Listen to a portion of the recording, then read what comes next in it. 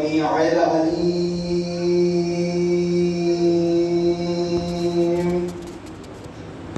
من الشيطان اللعين الرجيم.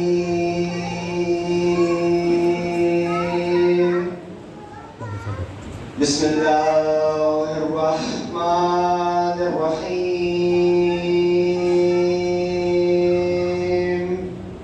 الحمد لله الذي لا يبلغ مدحته القائلون ولا يحصي نعماء حلاتون ولا يؤدي حقه المجتهدون، الذي لا يدركه بعد الهمم ولا يناله غوث الفتن، الذي ليس لثبته حد محدود ولا نعت موجود ولا وقت معدود ولا أجل ممدود. فترى الخلائق بقدرته ونشر الرياح برحمته وودد بالصخور ميدان أرضه.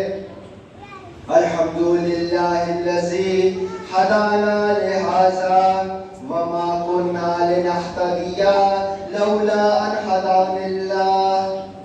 لقد جاءت رسل ربنا بالحق والصلاة والسلام وتحية والإكرام على أشرف الأنبياء والمرسلين وخاتم النبيين، حبيبنا وحبيب إله العالمين، السراج المنير البشير النذير ورسول الثقلين صاحب قاب قوسين، نبي المشرقين والمغربين، جد الحسن والحسين، المبشر والمطهر المذكر والمدبر، العبد المؤيد والرسول المسدد، المصطفى الأمجد المحمود الأحمد،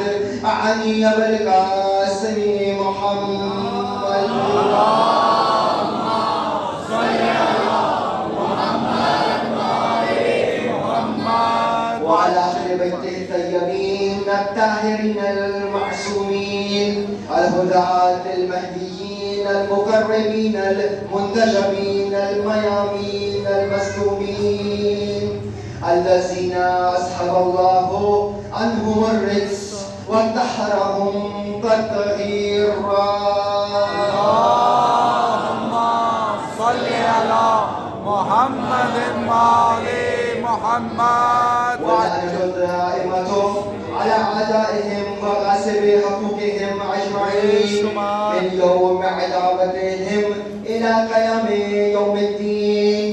أما بعد، فقد قال الله وتبارك وتعالى في كلامه الأعلى وكتابه المبين والمتين والأصيل. بسم الله الرحمن الرحيم. إنا أنزلناه في ليلة مباركة. صلوات الله. اللهم صل على محمد وآل محمد وعجل فرجهم. رحم الله من قرأ الفاتحة. بسم الله الرحمن الرحيم. الحمد لله رب العالمين الرحمن الرحيم مالك يوم الدين إياك نعبد وإياك نستعين اهدنا الصراط المستقيم صراط الذين أنعمت عليهم غير المغضوب عليهم ولا الضالين. بسم الله الرحمن الرحيم.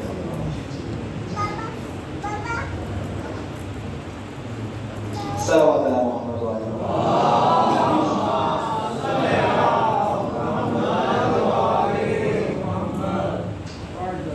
لائق حمد و ثنا و تسبیح و تعریف و ستائش ہے وہ بے شک رب القادر، وہ رب القادر کہ جس نے ہمیں ایسے امام عطا کیے جو ہیں قابل فخر. بے شک بے اور شک انہی ائمہ میں سے ایک امام ہے صاحب العصر. بے شک بے شک. شکر ہے اس پروردگار کا کہ اس نے توفیق عطا فرمائی کہ وہ ذکر کر سکیں جو مطلوب پروردگار ہے.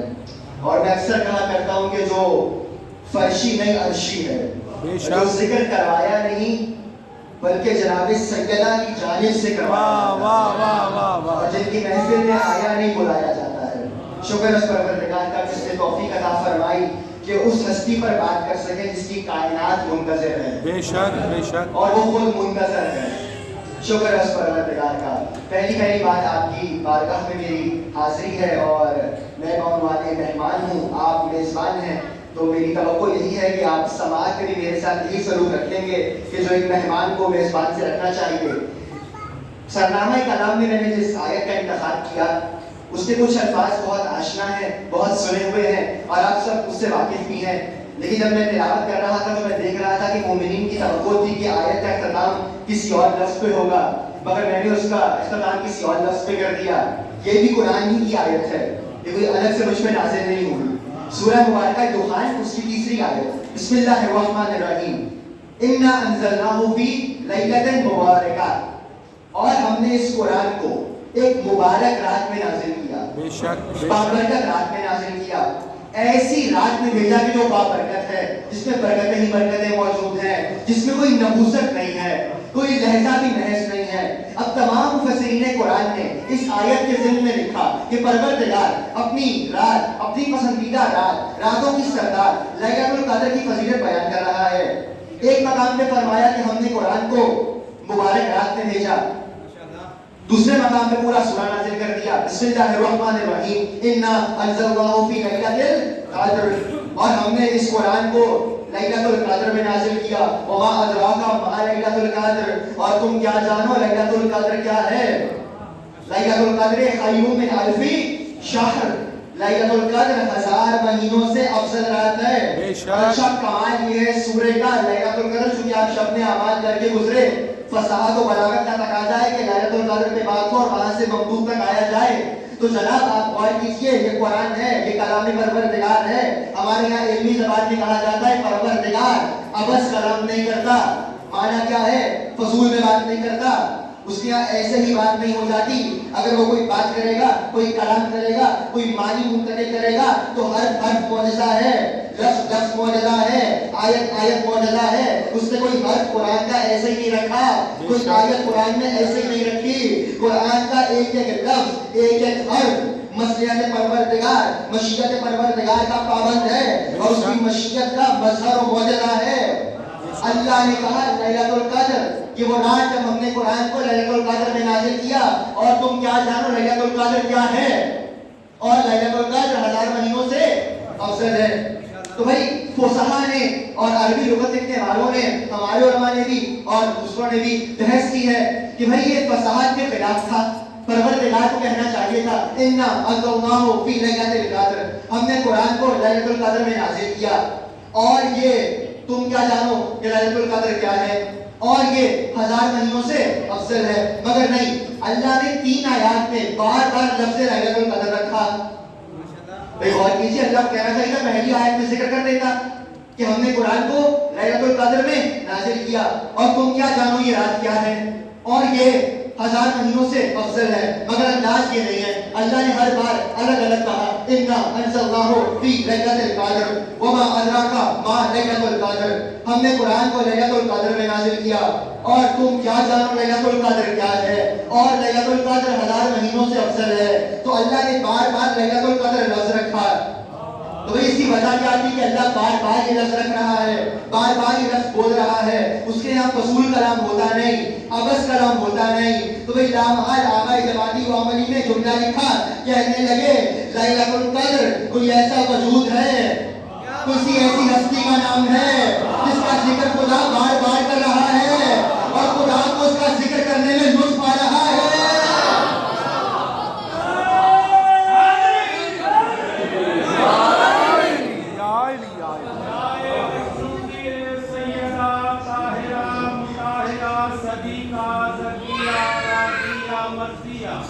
جناب زہرا سلام اللہ علیہ السلام. اللہم صلی علی محمد وآل محمد لیکن ایسا وجود تو ہے نا کہ جس کا ذکر کرنا خدا کو بار بار پسند آ رہا ہے. وہ خالق کلام میں جس کا نام بار بار لے کر لطف حاصل کرے. یہ کوئی ایسی ہستی کا ذکر ہو رہا ہے. تو بھئی ویسے بھی یہ قرآن ہے اور قرآن کے لیے امیر المؤمنین فرماتے ہیں ان القرآن ظاہرہ انیق و باطنہ عمیق. قرآن کا ظاہر بہت روشن ہے، باطن بہت پریشان کر دینے والا ہے. یہ قرآن ہے ظاہر واحد واحد ظاہر دونوں طرح سے آیا ہے. قرآن کا ایک ظاہر ہے وہ سبعین بواطن اور اس کے 70 باطن ہیں. آپ کے پانچویں امام فرماتے ہیں اگر کوئی بہت کوشش کرے بہت محنت کرے تو ایک ظاہر پاتا ہے ایک باطن پاتا ہے. اللہ نے ہمارے محمد کو ایک ظاہر بھی دیا 70 کے 70 باطن بھی عطا کیے. تو قرآن کے ہر حرف کی ہر لفظ کی تفسیر و تعلیم ہے.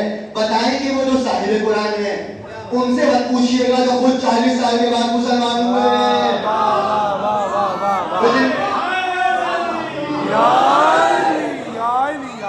مجھے خود ہی نہیں پتا کہ مانا کیا ہے. آپ کو کیا بتائیں گے ماشاءاللہ سے.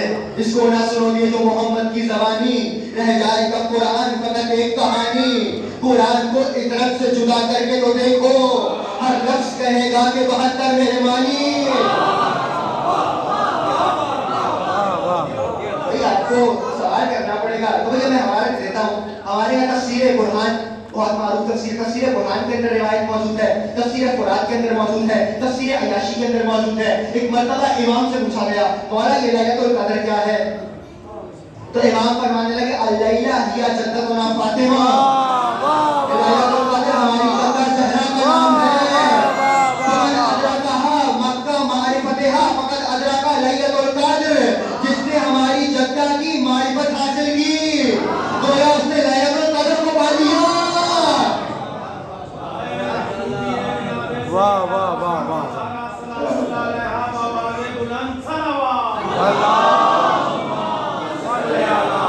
محمد محمد. اس کا حال میں ہماری جدہ جناب سیدہ کا نام ہے. اور ویسے بھی دوسری حدیث میں اور مقام پر چھٹے امام نے فرمایا کہ ہماری دادی کے 2 نام قرآنی ہیں. ایک الکوثر ایک لیلۃ القدر. کوثر بھی ہماری جدہ کا نام ہے. لیلۃ القدر بھی ہماری جدہ کا نام ہے. اچھا یوں نہ سمجھ جائے تو بھائی ظاہر ہے ظاہر میں رات ہے بے شک کی رات ہے مگر اس کے بواطن بھی تو ہیں.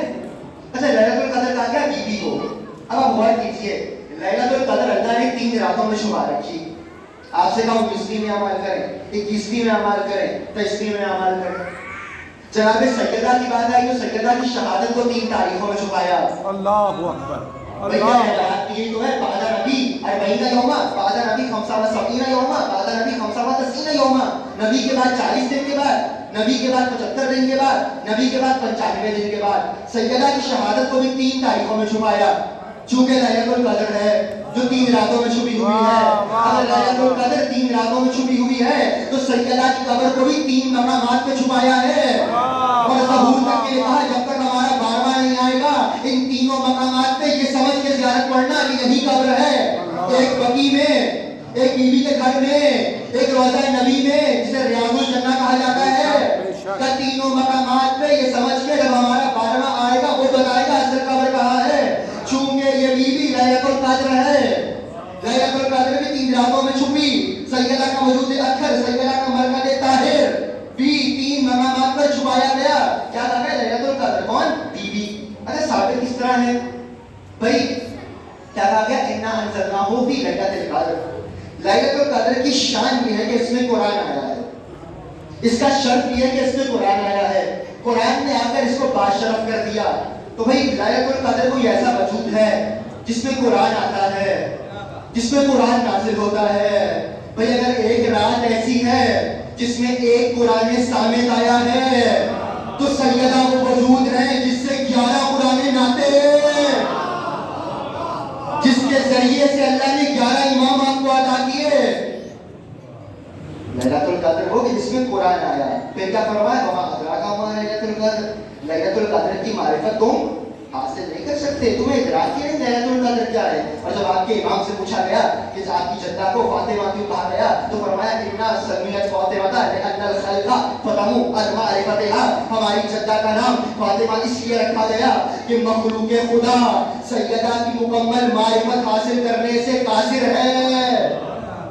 چونکہ لیلۃ القدر ہے اور لیلۃ القدر بھی وہ ہے کہ جس کا ادراک ممکن نہیں ہے. خیر من الف شہر، 1000 مہینوں سے افضل لیلۃ القدر. تب جو بی بی لیلۃ القدر ہوگی وہ بھی تمام زمانے سے افضل ہو، تمام خواتین سے افضل ہو، تمام موجودات سے افضل ہو، اس کی افضلیت سب پر ثابت ہو. بھئی یہی تو کہا گیا آپ کے چھٹے امام کی حدیث ہے وَلَقَدْ كَانَتْ مَفْرُوضَةُ الطَّاعَةُ عَلَى جَمِيعِ خَلْقِ اللَّهِ مِنَ الْوَحْشِ وَالْجِنِّ وَالْإِنسِ وَالطَّيْرِ وَالْأَنْبِيَاءِ وَالْمُرْسَلِينَ. اللہ نے ہماری جدہ زہرا کی ولایت کو ہر پرندے پہ، ہر چرند پہ، ہر جانور پہ، ہر بشر پہ، ہر انسان پہ، ہر خلق پہ، ہر نبی پہ، ہر رسول پہ، ہر موجود پر واجب کی ہے. بے شک بے شک بے اور شک. صرف اتنا نہیں، میں نے کہا لیلۃ القدر کا یہ مقام ہے، یہ شان ہے کہ وہ شرط رکھتی ہے، افضلیت رکھتی ہے، 1000 مہینوں سے بڑھ کر ہے. تو بیوی ہو وہ بھی تو ایسی ہو. تو کیا کہا گیا اِنَّ فاطمہ سیدۃ النساء العالمین، سیدہ کو تمام عالم کی، یہ دنیا کا لفظ نہیں ہے، عالمین، رب العالمین، رحمت للعالمین. جہاں تک پروردگار کی ربوبیت ہے، جہاں تک مصطفیٰ کی رحمت ہے، وہاں تک زہرا کی سرداری ہے. نعرہ حیدری. جناب سیدہ سلام اللہ علیہا بواد بلند صلوات.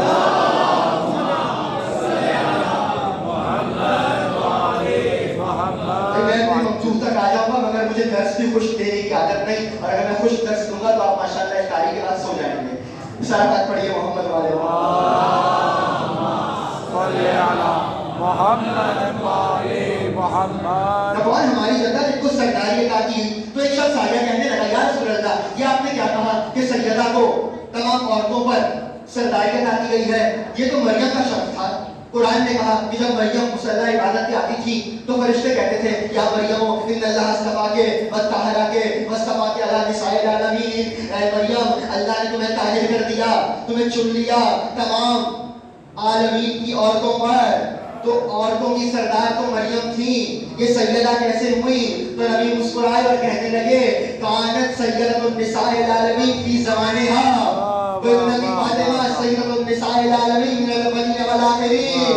مریم اپنے زمانے کی عورتوں کی سردار تھی. زہرا قیامت تک آنے والی عورتوں کی سردار ہے. جو زمانے میں محدود ہو جائے وہ مریم، جو زمانوں پہ چھا جائے وہ فاطمہ.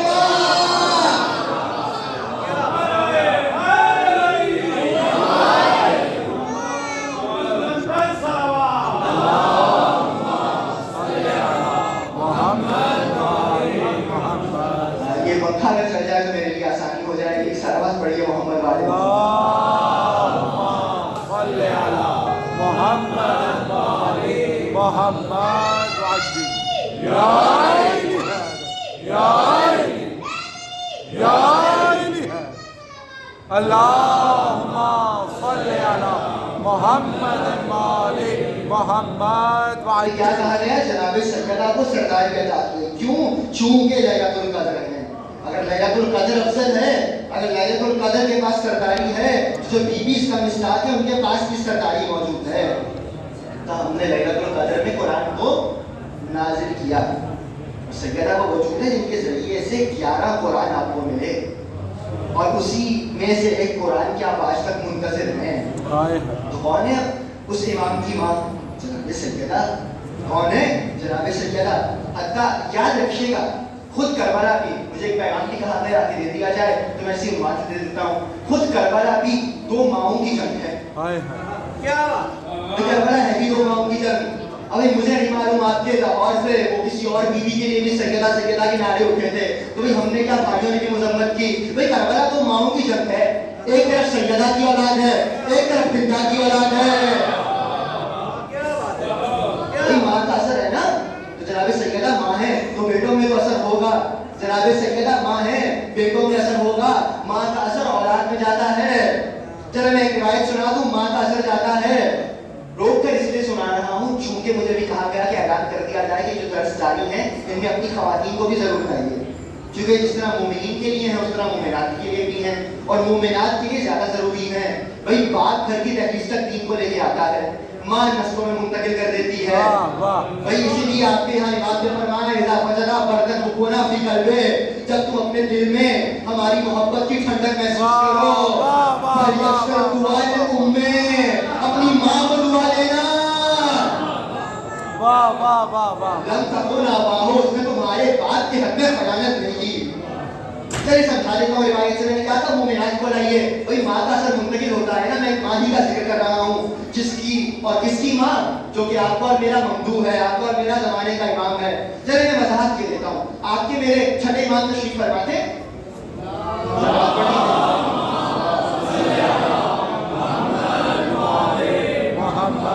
حضرت تشریف فرما تھے، جو صاحب آ گئے کہنے لگے مولا آج ایک عجیب کام ہوا۔ کہا کیا ہوا؟ کہ مولا اب آپ جانتے ہیں چھٹے امام کا زمانہ ایسا تھا کہ بہت سے لوگوں نے امامت کے دعوے کیے ہوئے تھے، چھوٹے امام ابو بڑے ابو تھے اس زمانے میں، کوئی کسی شے کا امام، کوئی کسی شے کا امام، کوئی کہتا میرے پاس آ جاؤ، کوئی کہتا میرے پاس آ جاؤ، کوئی کہتا آؤ بیٹی سے پوچھ کے مسئلہ بتا دوں گا۔ امام کا زمانہ ایسا تھا جو کہنے لگا، فوراً سے آیا کہنے لگا مولا آج صبح ایک عجیب کام ہوا، میں گھر سے نکلا تو میں آپ کے دشمن کے پاس مسئلہ پوچھنے کے لیے جانے لگا تھا، تب میں اس کی طرف چل پڑا، کیا بیچ راستے میں نہ جانے مجھے کیا ہوا، میں آدھے راستے سے پلٹ آیا اور آپ کے پاس آ گیا۔ تب گھر جا کے ماں کا شکریہ ادا کرنا، تب کیا مطلب امام کا جب تو دنیا میں آنے والا تھا اپنی ماں کے شکم میں تھا تو تیری ماں خیانت کے نیت سے گھر سے نکلی تھی، آدھے راستے میں پہنچی تو اس کو خیال آیا کس کے ماننے والی ہوں، کیا کرنے جا رہی ہوں، آدھے راستے سے پلٹ آئی، کل وہ پلٹی تھی آج تو پلٹا ہے۔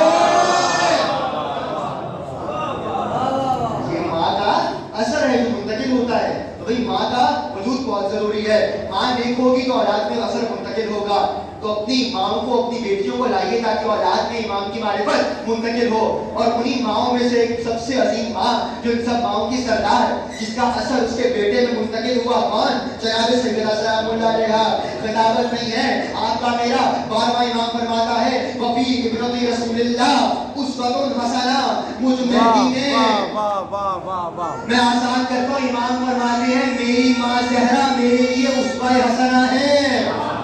بھائی مانا کیا ہے؟ اسوہ حسنہ کہا جاتا ہے زندگی گزارنے کے طریقے کو، جس کو دیکھ کے آپ کو حکم دیا جائے جس کو دیکھ کر زندگی گزارنے کا طریقہ سیکھو، زندگی گزارنے کا طریقہ سمجھو، اس سے زندگی گزارو، اسے کہا جاتا ہے اسوہ حسنہ۔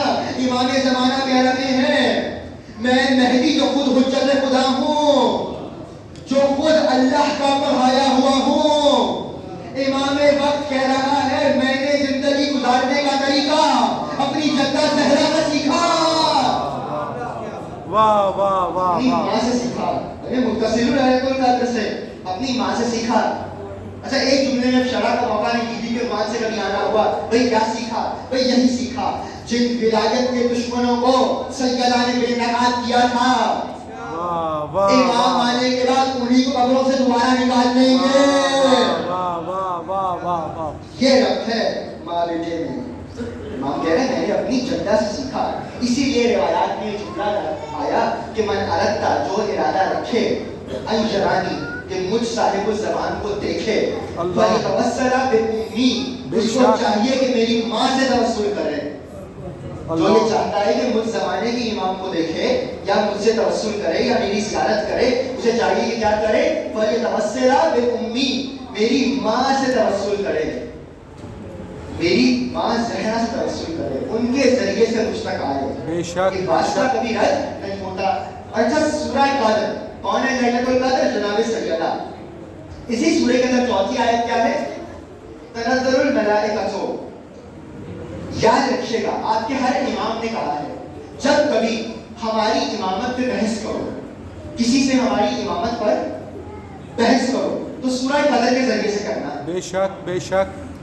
ہمارا کیا خیال ہے کہ اس کی ایک آیت ہے جو قیامت تک کے لیے ہماری امامت میں سب سے بڑی دلیل ہے، ہمارا کون سی آیت؟ تنزل الملائکۃ روح فیہا بإذن ربہم من کل امر. ترجمہ کیا ہے کہ اس رات میں ملائکہ نازل ہوتے ہیں امر لے کر. بے شک بے شک. اچھا میں ترجمہ کرتا ہوں. اس رات میں ملائکہ نازل ہوتے ہیں امر لے کر. یہ ترجمہ ٹھیک ہے؟ آپ نے کہا ٹھیک ہے. جی نہیں غلط ہے. اس رات میں ملائکہ نازل ہوئے تھے امر لے کر. ترجمہ ٹھیک ہے؟ کیا بات. نو. دوسرا بھی آپ نے غلط قرار دے دیا. بہتر آپ پڑھے لکھے لوگ ہیں. تیسرا ترجمہ میں یہ دیتا ہوں. اس رات میں ملائکہ نازل ہوں گے امر لے کر. ترجمہ ٹھیک ہے؟ ہوں گے. یہ ترجمہ بھی غلط ہے. تین غلط ہے. بے شک تین ہی غلط ہے. اب تین کے بعد جو چوتھا آ رہا ہے وہ صحیح ہوگا. تو بھائی دیکھیے عربی کے اعتبار سے مولانا تشریف فرمائے جانتے ہیں تنزل الملائکۃ یہ فعل مضارع ہے. ترجمہ بنے گا لیلۃ القدر میں فرشتے نازل ہوتے تھے اور ہوتے رہیں گے امر لے کر.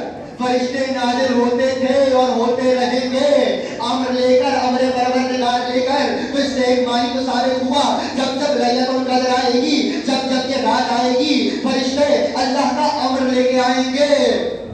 امام نے کہا اس آیت کے ذریعے سے ہماری امامت کو ثابت کرنا یعنی کیا اللہ کہہ رہا ہے جب جب یہ رات آئے گی اللہ کا امر آئے گا.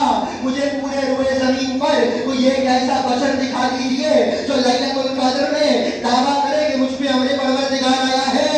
واہ واہ واہ بھائی مجھ پہ فرشتہ نازل ہوا ہے آپ پہ نازل ہو گیا تو آپ بتانے کے قابل نہیں رہیں گے. واہ واہ واہ واہ. بھائی آپ کی زندگی میں ایک بار ہی آئے گا پہلی اور آخری بار انشاءاللہ. اگر آپ پر فرشتہ آ گیا تو آپ بیان کے قابل نہیں رہیں گے. آیت کہہ رہی آتا ہے اور امر لے کے آتا ہے. بھئی فرشتے امر لے کے آ رہے ہیں تو بھئی کس پہ آ رہے ہیں؟ کوئی دعویٰ کرے یا آیت کو جھٹلائے. بھئی مشاہدہ کہہ رہا ہے کوئی انسان دعویٰ نہیں کر رہا کہ مجھ پہ امر لے کے فرشتے آتے ہیں اور آیت کہہ رہی ہے کہ امر لے کے فرشتے آتے ہیں. یا آیت جھٹلائیے یا مشاہدہ جھٹلائیے. اگر دونوں کو نہ جھٹلا سکے تو مانیے کوئی ایسا وجود دنیا میں ہے جس پہ امر لے کے فرشتے آ رہے ہیں. یا تم کوئی ایسا وجود دکھاؤ یا ہم سے پوچھ لو. ایک ہی ہے جس کا لقب ہے السلام علیکم یا صاحب الامر. اے صاحب الامر وہ کہ جو امر پر اختیار رکھتا ہے جس کے پاس امر پروردگار ہے جو اولی الامر ہے. اولی الامر بھی تو واقعی امام ہے. تو دکھائیے کوئی اور کوئی کسی اور مکتب کا کوئی پیشوا اور رہنما جس کا یہ لقب ہو جس کا یہ دعویٰ ہو کہ لیلۃ القدر میں فرشتے اس کے اوپر امر لے کے آ رہے ہیں. تو لیلۃ القدر سے کیا ثابت ہوا کہ آپ کو آج بھی کوئی نہ کوئی ایسا وجود ماننا ہوگا جس پہ امر پروردگار آ رہا ہے. تو وجود تو ماننا ہوگا اور وہی وجود ہے آپ کا میرا امام صاحب الامر آقا. آقا کے وجود پر سب سے بڑی دلیل قرآن سے. اچھا کیا ہے؟ امر لے کے آ رہے ہیں. اب یہ امر کیا ہے؟ یہ امر کیا ہے؟ جب جو امام کے پاس ہے امر پر متعلق اور امر سے مربوط تفصیلی ابحاث کتابوں میں علماء نے کی ہے. یہ امر کیا کیا ہے بہت کچھ بیان کیا ہے. میں چند جملے بیان کر دیتا ہوں کیونکہ گزشتہ درس جس مکان میں ہوا تھا وہاں گفتگو میں نے رجت پہ چھوڑی تھی تو انشاءاللہ وہیں سے مربوط ہو جاؤں گا. بھائی امر کیا ہے؟ امر کے بہت سے معنی بیان کیے گئے. کچھ معنی شروع میں سن لیجیے. امر کس کے پاس ہے؟ زمانے کے امام کے پاس. زمانے کے امام کے پاس. آپ کے میرے مولا امام حسن تشریف فرما تھے. اللہم صلی علی محمد محمد وعجل فرج. حضرت تشریف فرما تھے تو ایک یہودی والد مسجد کو کہنے لگا یا رسول اللہ مولا گود میں ہے نبی کے اور بعد نے لکھا 5 برس کے ہیں بعد نے لکھا 7 برس کے ہیں. مولا گود میں اور وہ داخل ہوا اس نے کہا اے مسلمانوں کے رسول وہ 10 چیزیں بیان کیجئے جو ایک سے زیادہ دوسری سخت ہے جو ایک کے بعد دوسری اس سے زیادہ سخت ہے. بیان کیجئے. کیا اس سے پہلے نبی کچھ کہتے وہ جو بچہ نبی کی گود میں تھا اس سے اپنے نانا کو دیکھا تھا. نانا میں جواب دوں بسم اللہ بسم اللہ. نانا میں جواب دوں بھائی اسے کہتے ہیں علم لدنی. یہ ہے امام وقت. کہا شہزادہ جواب دو. پھر مرتبہ امام نے دیکھا کہنے لگے سب سے زیادہ سخت شہ پتھر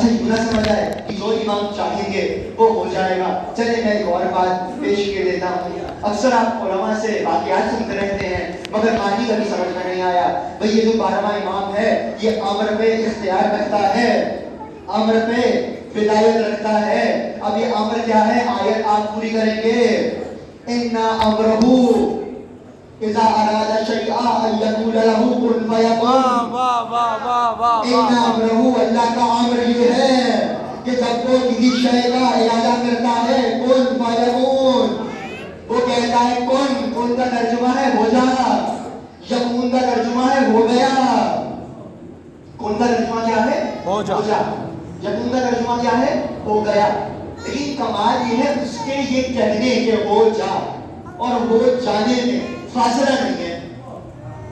واہ کا دلیل کیا ہے کہ ان دو الفاظ کے درمیان ایک لفظ ہے پہ کن فیکون.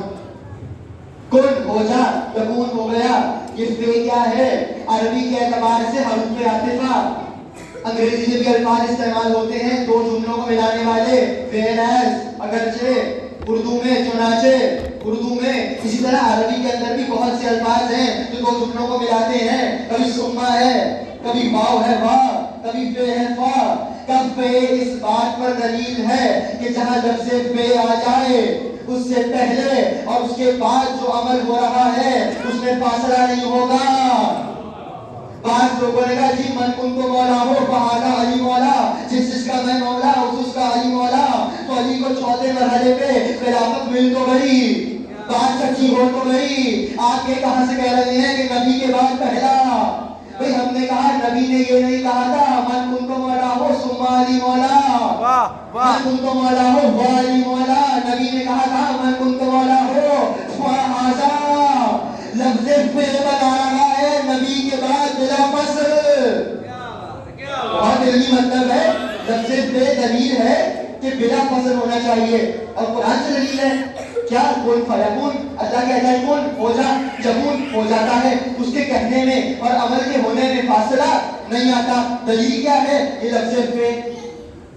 تو اللہ کا ارادہ اور شے کا ہو جانا اس بات پر دلیل ہے ان امرہ, یہ اللہ کا امر ہے. جب اللہ نے اپنی حجتیں بھیجی تو ان کو اپنی صفات کا مظہر بنایا. وہ پروردگار آپ سے چاہتا ہے.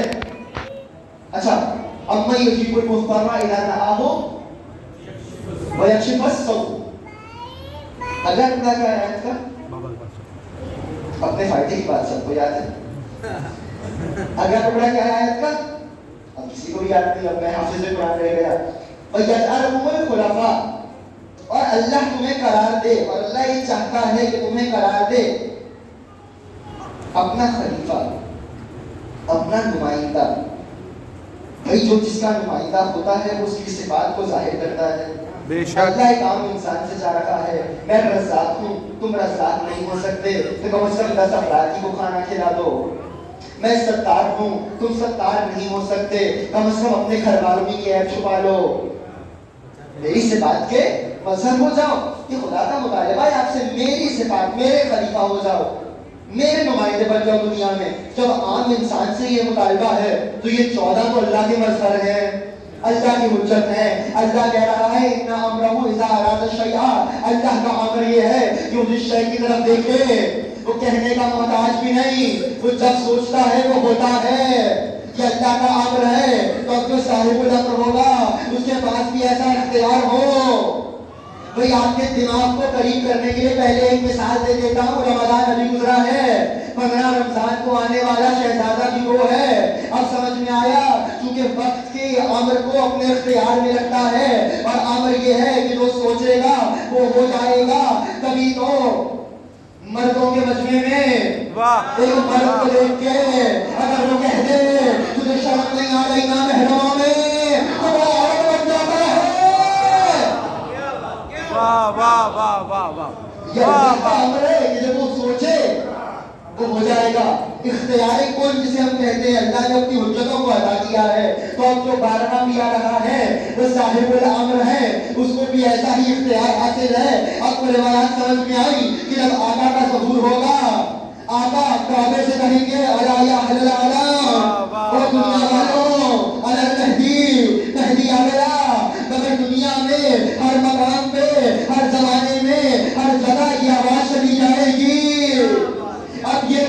امام کا ہے. روایت میں جملہ ہے جو امام کی نیت کر کے 4 قدم بڑھائے گا وہ فوراً حرم مکہ میں پہنچ جائے گا. بھائی یہ امام کا اختیار ہے زمین پر اور زمین میرا چاہنے والا نہیں.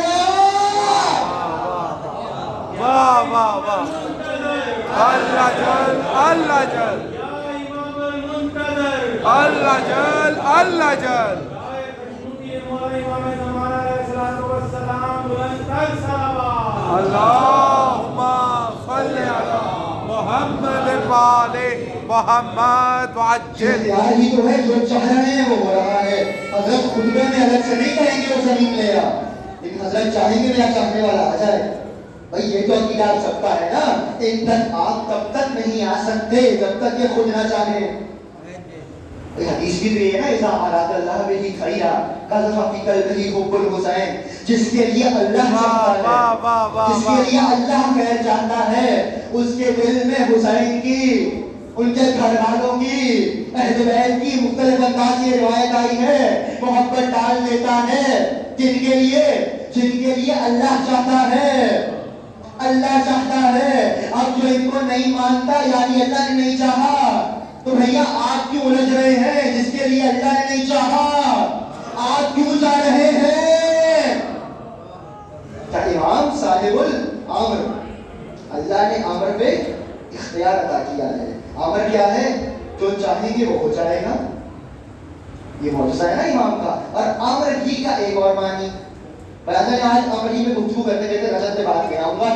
وقت مکمل ہونے کو ہے, مجھے معلوم ہے آپ سب افطار کر کے سجدہ حال ہیں, مگر امام کا ذکر ہے. یہ کیا کہنے لگے؟ امر کیا ہے؟ اولاد. امر کیا ہے؟ جو کہو وہ ہو جائے. امر کیا ہے؟ اختیار. امر کیا ہے؟ کسی موت کو ٹال دینا. امر کیا ہے؟ چلیے ایک معنی اور امر کا سن لیجیے, بسم اللہ. اور بڑا معروف ہے.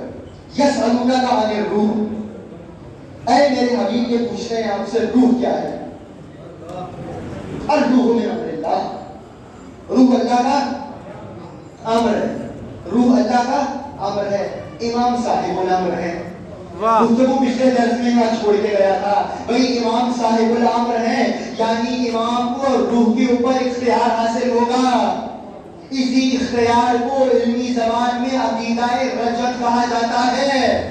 بھئی رجعت کا عقیدہ کیا ہے؟ رجعت کا عقیدہ یہ ہے کہ آپ کا امام فرماتا ہے لیسا من شیعتنا ولا یقروا بکرتنا, وہ ہمارا شیعہ نہیں ہے جو ہماری رجعت کو نہیں مانتا. رجعت یعنی کیا تھا؟ ہمارا دنیا میں واپس پلٹایا جانا. امام سے پوچھا گیا رجعت کا معنی, تو امام فرمانے لگے بہترین اور بدترین. بعض بہترین لوگوں کو امام کے ظہور کے بعد دنیا میں پلٹایا جائے گا, 14 کو پلٹایا جائے گا, ان کے خاص اصحاب کو پلٹایا جائے گا, اور بعض بدترین افراد کو بھی پلٹایا جائے گا. اس کی تفصیلات کبھی اور, مگر آپ سوال کیجئے یہ کس طرح ہوگا, تو آپ سے بھی تو کہا گیا جو نماز فجر کے بعد 40 دن دعائے عہد پڑھنے میں کامیاب ہو گیا, اگر امام کی عادت مر گیا امام آئیں گے قبروں سے نکال کے زندہ کر دیں گے. تو یہی تو اختیار ہے جو روح پر ہے, جس کی چاہے روح کو پلٹائیں. کیوں؟ چونکہ روح اللہ کا امر ہے اور یہ صاحب الامر ہے. حضرت کا عقیدہ کیا ہے؟ دنیا میں پلٹا. اچھا یہاں پہ ایک اور بحث ہے. ہمارے یہاں بعض بچے پریشان ہو جاتے ہیں کہ بھئی یہ عقیدہ تو ہندوؤں کے یہاں بھی ہے اس طرح کا. وہ عقیدہ کچھ اور ہے, پنرجنم کا عقیدہ, ریکارنیشن انگریزی میں کہا جاتا ہے. یعنی کیا؟ وہ کہتے ہیں کہ مر گیا دوسرا جنم ہوگا, اگر پہلے جنم میں اچھا رہا ہوگا تو دوسرے جنم میں انسان بن کے آئے گا, اگر پہلے جنم میں برا رہا ہوگا تو دوسرے جنم میں جانور بن کے آئے گا. ہمارا یہ عقیدہ نہیں ہے. اسے کہتے ہیں علمی زبان میں تناسخ. امام کی حدیث ہے تناسخ و باطل, تناسخ باطل ہے, رجعت اور شے ہے. اچھا اگر آپ یہ مان لیں ہندوؤں کا عقیدہ کہ اگر پہلے جنم میں اچھا رہا ہوگا تو دوسرے جنم میں انسان, پہلے میں برا رہا ہوگا تو دوسرے میں جانور, تو بھئی تیسرے کا فیصلہ کیسے ہوگا؟ واہ, جب دوسرے ہی میں جانور بن کے آ گیا تو تیسرے میں کیا بن کے آئے گا؟ اس کا جواب ان کے پاس بھی نہیں ہے. رجعت کیا ہے؟ رجعت ہے وہی روح اسی جسم میں واپس پلٹانا. بے شک بے شک اسی روح کو کسی نئے جسم میں نہیں. اچھا یہ جو شے ہے ہندوؤں کا عقیدہ, جب چھٹے امام کے زمانے میں اس عقیدے کو رائج کیا گیا شیعوں کے, بتایا گیا کہ رجت ہمارا ایک مستقل عقیدہ ہے کہ ائمہ دنیا میں پلٹیں گے, تو اس زمانے میں بھی بڑے منحوس لوگ تھے, انہوں نے لوگوں کو بتانا شروع کیا کہ شیعوں کا عقیدہ ہندوؤں والا ہو گیا, جو ہندوت میں ہے دوسرے جنم کا, تو کہتے ہیں جس کا جیسا رخسار ہو اس کو ویسے ہی چماٹ مارو. تو امام کے ایک صحابی ہے, نام ہے مومن طاق, بسم اللہ. بہت طاق کے جواب دیتے تھے. تو وہ ایک امام ہے اپنے وقت کے, لعنت بے شمار. رجت کا بہت مذاق اڑاتے تھے اور یہی بات انہوں نے پھیلا رکھی تھی.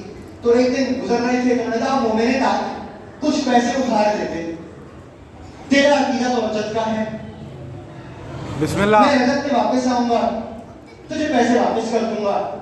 انہوں نے کہا میرا عقیدہ تو رجت کا ہے, لیکن جو تو مانتا ہے اتنا بتا دے انسان بن کے آئے گا کہ جانور بن کے. واہ واہ واہ واہ واہ واہ واہ واہ واہ واہ انسان بن کے ہی نہ آئے, جانور ہی بن کے آ جائے. تیرا تو عقیدہ ہی ہے کہ جانور بن کے آئیں گے.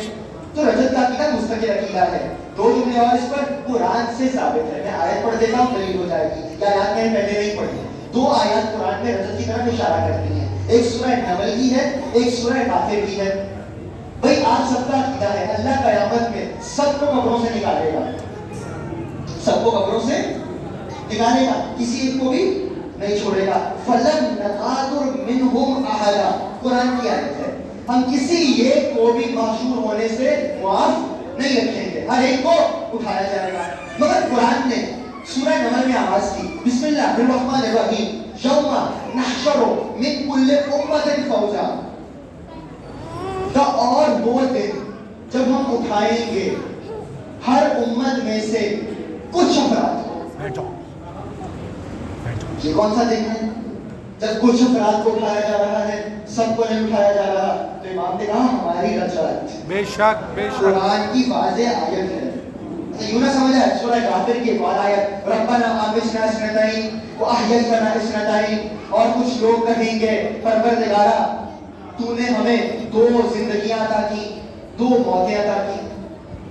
امیتنا اثنتین واحییتنا اثنتین, دو زندگیاں عطا کی, دو موتیں عطا کی.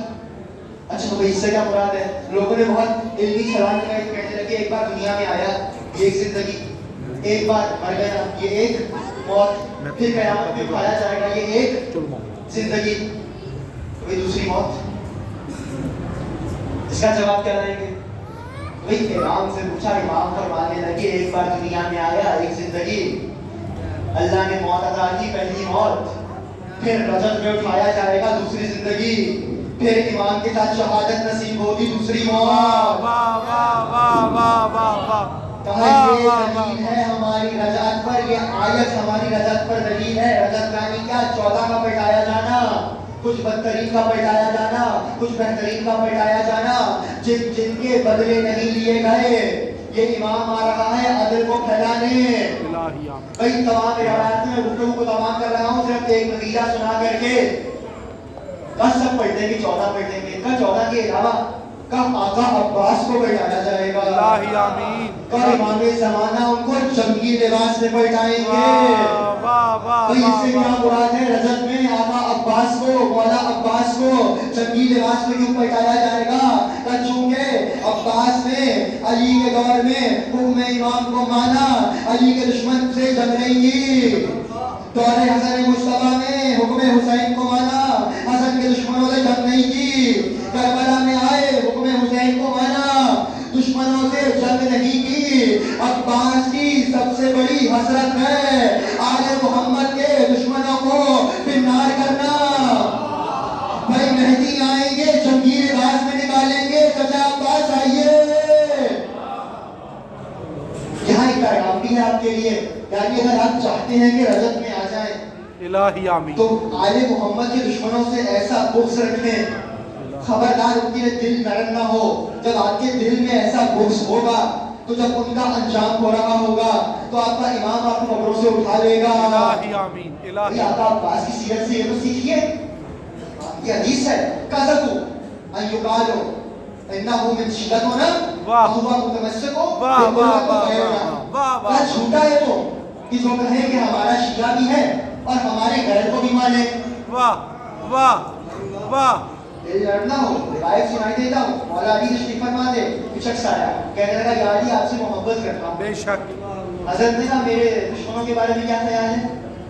کچھ نام آئے ممبر منحوس لوگوں کا نام دینے کی جگہ نہیں. بے شک بے میں شک نہیں لوں گا. کچھ ایسے نام آئے تو اس نے کہا یا علی ان کو بھی مانتا ہوں. اچھے اخلاق کا مالک تھا. یا علی میں ان کو بھی مانتا ہوں.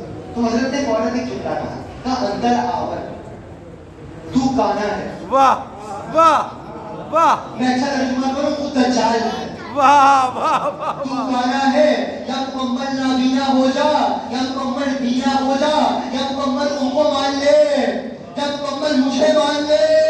بے شک بے شک علی حق علی حق علی حق علی حق علی حق نعرہ حیدری.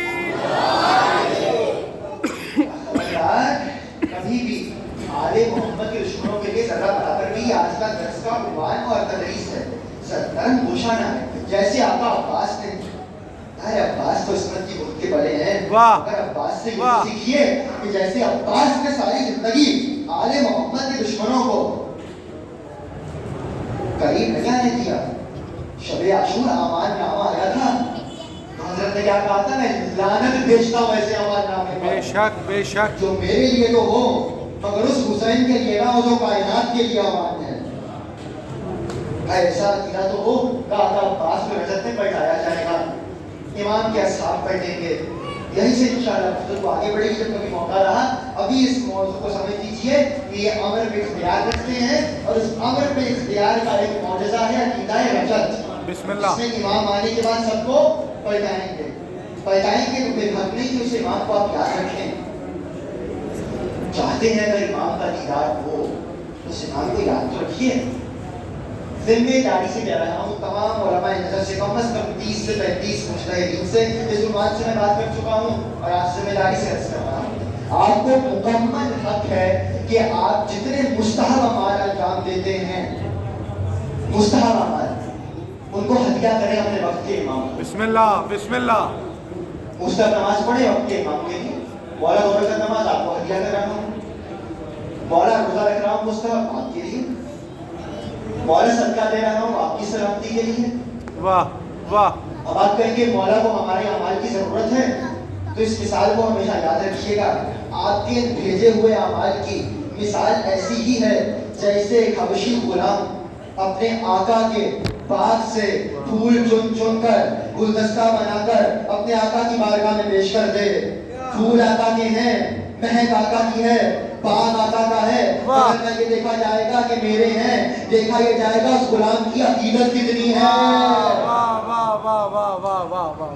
اپنے عقیدت کو اپنے بارے میں امام کی بارگاہ میں پہنچائیے.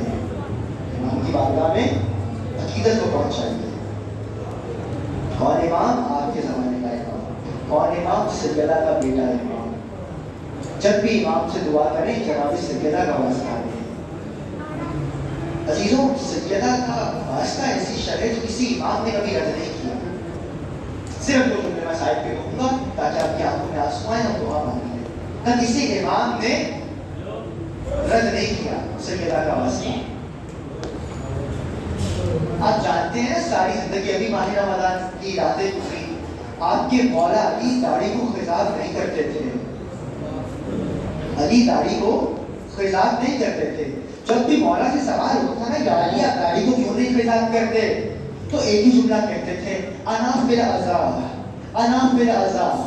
میں کسی کا عزادار ہوں میں کسی کا عزادار ہوں. ساسا بن سومان کہتا ہے میں نے ایک روز پوچھ لیا اے علی آپ داڑھی کو خضاب نہیں کرتے آپ کس کے عزادار ہیں؟ تو آنکھوں میں آنسو بھر کے کہنے لگے اپنی فاطمہ کا عزادار ہوں. علی کبھی نہیں فراموش کر سکتا اس امت نے فاطمہ کے دروازے پہ کیا کیا. آپ کا مولا حسن کہتا ہے میرا بابا ساری زندگی یہ جملہ کہتا تھا رہتا ابن ابی طالب ماتا قبل یوما اے کاش ابو طالب کا بیٹا مر گیا ہوتا مگر سیدہ کی پسلیاں ٹوٹی ہوئی نہ دیکھتا. اجر کو میں اللہ نہ میرا بابا ساری زندگی میری ماں کو یاد کرتا رہا میں سناؤں آپ نے ضربت کے مسائل سن لیے. جب مولا کو ضربت لگی نا اور مولا کا سر یوں کھلا جیسے قرآن کھل جاتا ہے, تو حضرت کو قالین میں ڈال کے گھر لایا جا رہا تھا. ہاں وہ علی جو قدموں پہ گھر سے گیا تھا, جنازے کی صورت میں واپس آ رہا تھا, مولا نے سارا راستہ اپنی اولاد کو چپ کرانا شروع کیا. اے حسن گریہ نہیں کرو, اے حسین گریہ نہیں کرو, اے عباس گریہ نہیں کرو, اے محمد حنفیہ گریہ نہیں کرو. مگر مقتل کہتا ہے وہ علی جیسے ہی اپنے گھر پہنچا, مولا کے گھر کا دروازہ کھولا گیا, مولا نے سامنے اپنی بیٹی زینب کو دیکھا, علی بلند آواز سے رونے لگے. اجر کو اللہ اپنی بچے کو سینے سے لگا لیا. آ میری زینب, آ دیکھ رہے زینب, تیرا زخمی بابا گھر لوٹ کے آیا ہے. ادادارو امام کو گھر لے آئے. میں نے ابھی کہا نا جناب سیدہ سے بڑی محبت ہے. جب امام کو گھر لایا گیا نا, حضرت بستر میں موجود تھے. حضرت نے 2 راتیں مختلف وصیتیں کی ہیں. امام حسن کہتے ہیں رمضان کی 20 تاریخ تھی. ایک مرتبہ میرے بابا نے کہا اے حسن مصطفیٰ مجھے سہارا دے کے بٹھاؤ. علی کو سہارا دے کے بٹھایا گیا. امام نے ایک جملہ کہا, میرا بچہ حسین کہاں ہے؟ کہا دائیں سے آواز آئی, بابا میں یہاں پہ ہوں. کہا ذرا پانی کا ایک جام لاؤ. پانی کا جام لایا گیا. علی نے اپنے ہاتھوں سے حسین کو پانی کا جام پلایا اور ایک جملہ کہا, اے میرے بچے تمہاری ماں زہرا دنیا سے جا رہی تھی, تمہاری ماں نے مجھے کہا تھا یا علی میرے بچے کو بڑی پیاس لگتی ہے, اس کے پانی کا خیال کیجیے گا. حسین کا نام رہنا, جب تک تیرا بابا زندہ رہا تجھے ہاتھوں سے پانی پلاتا رہا. ادادارو آخری منزل, اپنی آوازوں کو آزاد کیجیے, دعا کی قبولیت کا موقع ہے. حسین سے وصیت کی آخری وصیت. راوی کہتا ہے مولا کی چھوٹی بیٹی جناب ام کلثوم کہتی ہے ہم سب میں سب سے زیادہ بے قرار علی کی بڑی بیٹی شہزادی زینب کبریٰ تھی. بی بی بار بار چیخ بلند کرتی تھی, بار بار بیان کرتی تھی, میرے بابا کو کس نے ضرب مار دی, میرے بابا کا بھرا سر کھل گیا. تب علی نے یہ حالت دیکھی, اپنی بچی کو قریب بلایا, کان میں کچھ کہا. جناب زینب مسکرانے لگی. ادادارو وجہ نہیں پتا چلی, وجہ جانتے ہو کب پتا چلی؟ آخری منزل, آخر علی نے ایسا کیا کہا زینب مسکرانے لگی. وجہ تب پتا چلی جب زینب شام کے بازار میں پہنچی, جب زینب شرابیوں کو عبور کر کے آئی, جب زینب تماش بینوں کے مجمع سے گزری, جب ایک مرتبہ دربار یزید سامنے آیا. آپ کا چوتھا امام کہتا ہے دربار کے دروازے پہ میری پھوپھی زینب بیٹھ گئی. میں نے کہا پھوپھی اماں کیا ہوا؟ دربار میں نہیں جائیں گی. کا سجاد ماحول دیکھو, شرابیوں کا مجمع ہے, نامحرموں کا مجمع ہے, میں علی کی بیٹی ہوں. کا سجاد 20 رمضان تھی, میرے بابا نے کہا تھا زینب شرابی کے دربار میں جانا ہوگا, تو میں نے کہا تھا بابا آپ سے وعدہ رہا, مگر بابا بیٹیوں کے بڑے حق ہوتے ہیں. اے بابا میری مدد کو آ جانا, اے بابا شرابی کے دربار میں میری مدد کو آ جانا. آپ کا امام کہتا ہے میری پھوپھی یہ کہتی ہوئی اٹھی, السلام علیکم یا امیر المومنین. او سجاد میرا بابا علی آ گیا, بابا زینب کو دربار میں لے کے جانے آ گیا. دربار چلو. الا لعنت اللہ علی القوم الظالمین وسيعلم الذين ظلموا أي منقلب ينقلبون. إلهي بحق زهرا وأبيها وبعلها وبنيها والسر المستودع فيها, يا محمود بحق محمد, يا علا بحق علي, يا فاطر بحق فاطمة يا محسن بحق الحسن يا قديم الإحسان بحق الحسين بحق تسعد المعصومين من ذرية الحسين اشفي صدر الحسين بظهور الحجة الہی آمین. پروردگارہ اس عبادت کو اپنی بارگاہ میں قبول فرما. پروردگارہ بانیان کا فرشیہ کا بچھانا پڑھنے والوں کا پڑھنا آنے والوں کو آنا قبول فرما. پروردگارہ خدا گواہ ہے ہماری نمازوں میں ریاکاری ہے, عبادتوں میں ریاکاری ہے, مگر رسول اللہ کی بیٹی گواہ ہے نانسوں میں ریاکاری نہیں. نانسوں کو قبول فرما. رومال فاطمہ زہرا میں جگہ عنایت فرما. پروردگارہ اس کے صدقے میں ہمارے گناہ معاف فرما. پروردگارہ واسطہ محمد والے محمد کا ہماری توفیقات خیر میں اضافہ فرما. پروردگارہ جو پریشان ہے اپنی پریشانیوں کو دور فرما. جو مقروض ہے ان کے قرض غیب سے ادا فرما. جو بے اولاد ہیں جناب رباب کی خالی گود کا واسطہ سب کو اولاد نرینہ عنایت فرما. جو بے خطا قید و بند میں ہیں ان کو آزادی نصیب فرما. پروردگارہ ایران عراق شام کا جو بڑا کی زیارات نصیب فرما. ہمارے مقامات مقدسہ کی حفاظت فرما. داعش کو آل محمد کے دشمنوں کو غارت فرما. آل سعود آل یہود کو غارت فرما. پروردگارہ جنت البقیع تعمیر ہوتا دیکھنا نصیب فرما. پروردگارہ ہمارے گناہ معاف فرما. صراط امام زمانہ پہ گامزن فرما. پروردگارہ ہماری توفیقات میں اضافہ فرما. پروردگارہ کچھ دعائیں ایسی ہیں جو لبوں پر نہیں آ سکتی, تو علیہم بذات صدور ہے, دعاؤں کو مستجاب فرما. سب کے دامن کو بغیر حاجت سے لبریز فرما. حاسدین کی حسد مفسدین کے فساد شریروں کے شر سے محفوظ فرما. مومنین کی جان مال عزت و آبرو کی حفاظت فرما. پروردگارہ امتحان آل محمد کا واسطہ ہمیں دنیاوی و اخروی امتحانوں میں کامیابی عنایت فرما. پروردگارہ ہمارے امام کو ہم سے راضی و خوشنود فرما. ہمیں ان کے لیے عمل خیر کرنے کی توفیق عطا فرما. ان کے ذریعے سے ہماری حاجات کو قبول فرما. مولا ان کے ظہور میں تاجیل فرما. ہمیں امام کا ظہور دیکھنا نصیب فرما. جناب سیدہ کے محروم دل کو ہم سے راضی و خوشنود فرما. پروردگارہ امام آئے, اگر ہم مر جائیں تو قبروں سے اٹھا کر امام کی زیارت سے منور فرما. ان کی ظہور میں تاجیل فرما. ان تمام دعاؤں کو قبول فرما. بیماروں کو شفایابی عطا فرما. بہت سے لوگوں نے شیخ زاہد سلیم کی بلندی درجات اور جتنے سب کے گزشتگان دنیا سے جا چکے سب کی مغفرت فرما. سب کو جوار امام زمانہ نصیب فرما. آئندہ آنے والی نسلوں کو ولایت و خداری کی مستحکم فرما. ہم جو بیمار ہیں ان کو شفایابی عطا فرما. ان وباؤں کا خاتمہ فرما.